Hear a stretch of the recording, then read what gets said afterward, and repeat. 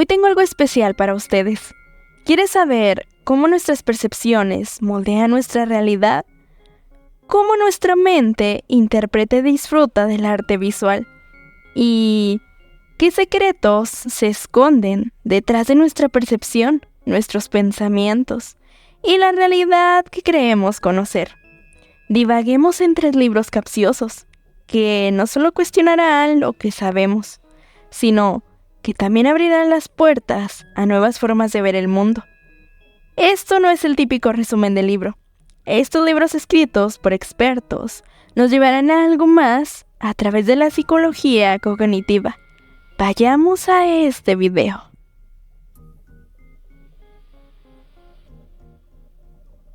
Antes de comenzar, te haré una pregunta. ¿Cómo sabemos lo que creemos saber?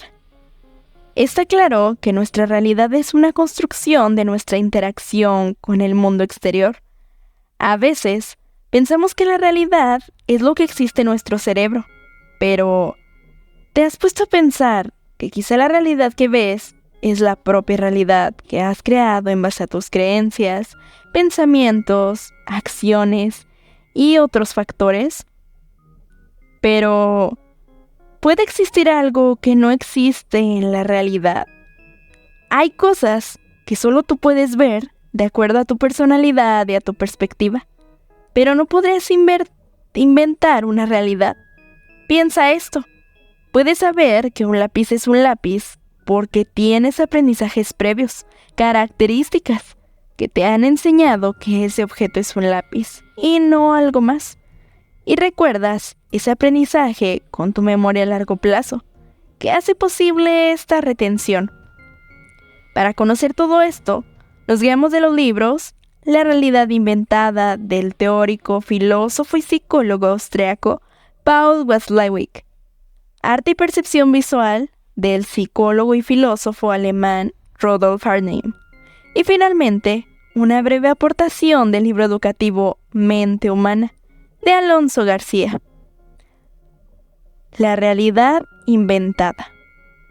El nombre de este libro parece ser una contraposición a lo que realmente supone la realidad.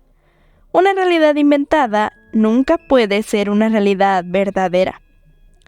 Pero si la realidad se basa en la construcción de nuestras percepciones, creencias, pensamientos, experiencias previas y la interacción con el mundo exterior, entonces, puede que lo de realidad inventada no sea tan absurdo. Como dice Watzlawick, la realidad no es lo que nos sucede, sino lo que hacemos con lo que nos sucede. Por lo tanto, a partir de ello, percibimos el mundo y actuamos en él. En este libro se compilan ideas hacia el constructivismo, un enfoque psicológico que trata sobre cómo los individuos construyen activamente su comprensión del mundo y adquieren conocimiento a través de la interacción con su entorno y la reflexión sobre esas interacciones.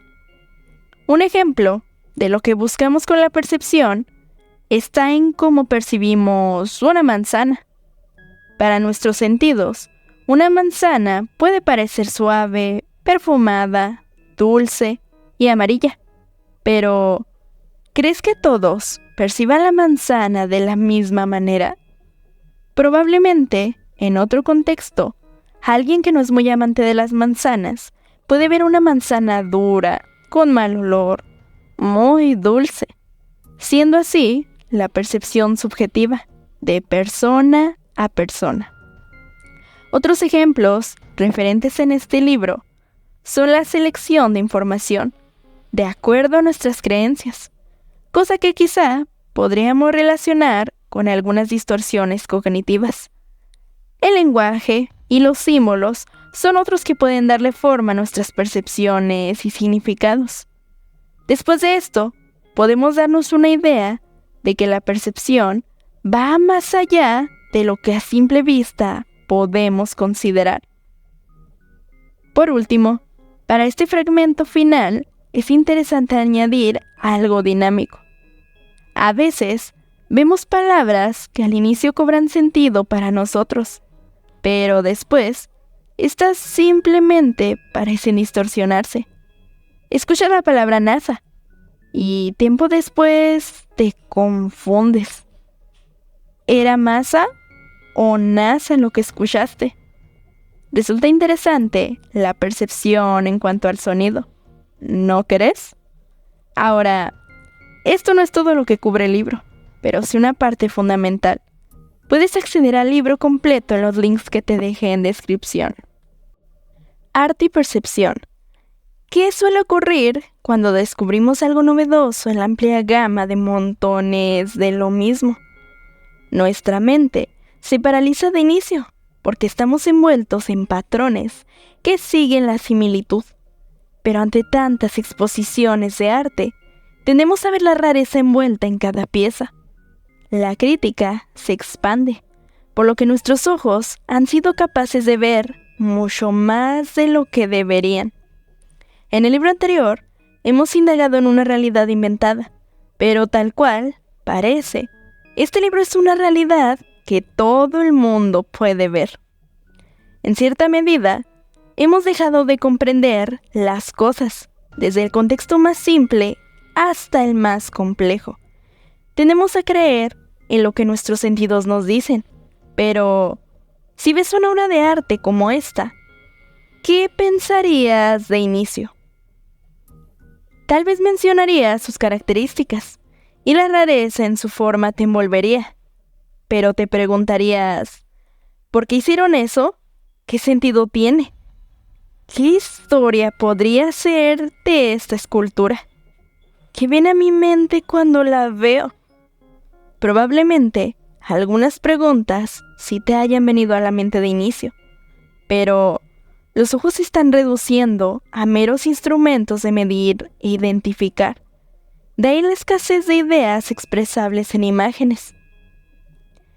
Es así como, ¿qué sentido puedo darle a lo que estoy viendo? Se convierte en la pregunta clave de este libro. El autor pretende encontrar el fundamento a la raíz de sus obras mediante la teoría Gestalt. El todo es más que la suma de sus partes, de la cual hemos hablado en algunos videos. Antes de que vayamos a un ejemplo, te citaré lo que dijo Rudolf Hartmann. Todo acto de percibir es al mismo tiempo pensar. Todo acto de razonar, intuición. Todo acto de observar, invención. ¿Qué puedes ver en esta imagen? Hay un cuadrado y un círculo. Puede que a tu mente lleguen recuerdos de matemáticas, en donde medías el radio entre ambas cosas.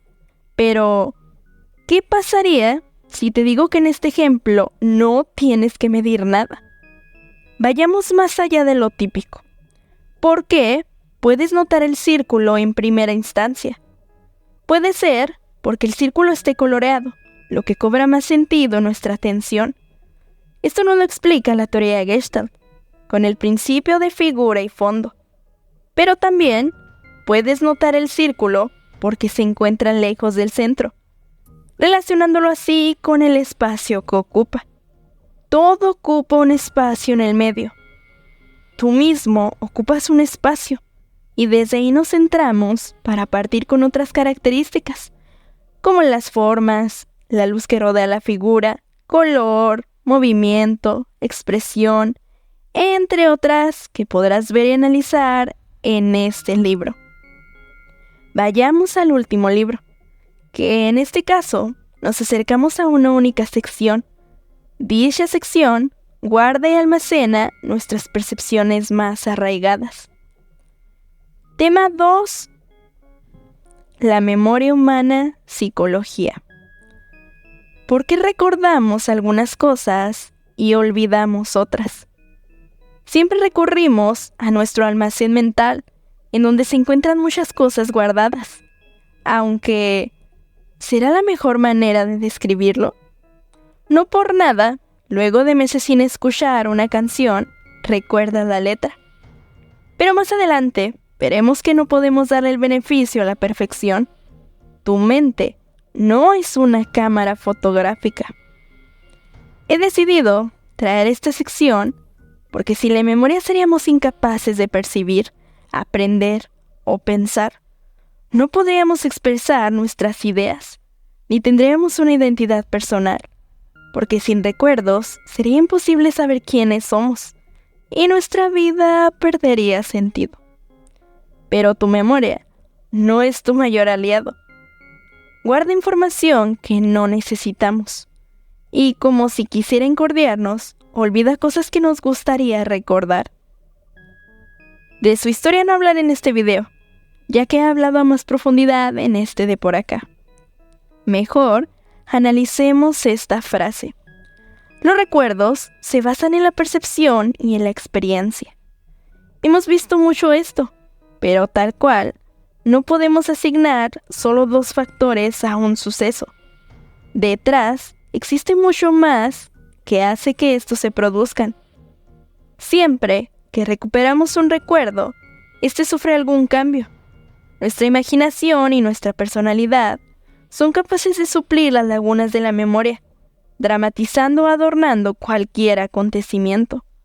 La memoria no es una acumulación pasiva y fija de datos, solo es un proceso creativo, en el que se implican la atención y la conciencia, el deseo y la emoción. Te reto a que me digas con exactitud todo lo que diré a continuación. Hay que haber comenzado a perder la memoria, aunque sea solo a retazos, para darse cuenta de que esta memoria es lo que constituye toda nuestra vida. Una vida sin memoria no sería vida, como una inteligencia sin posibilidad de expresarse no sería inteligencia. Nuestra memoria es nuestra coherencia, nuestra razón, nuestra acción. Luis Buñuel, Mi último suspiro. ¿Recordaste todo? ¿Verdad que no? ¿Cuántas veces crees que necesitarías leerlo para recordarlo con exactitud?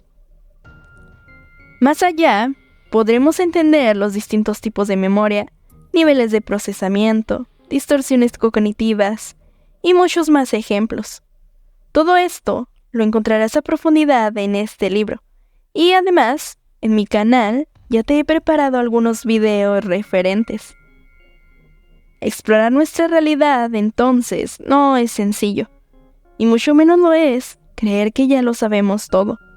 Hasta ahora, hemos visto solo un 2% de lo que deberíamos de saber sobre la realidad. Pero anímate. Comprender más allá de lo que antes éramos incapaces de ver es una gran señal.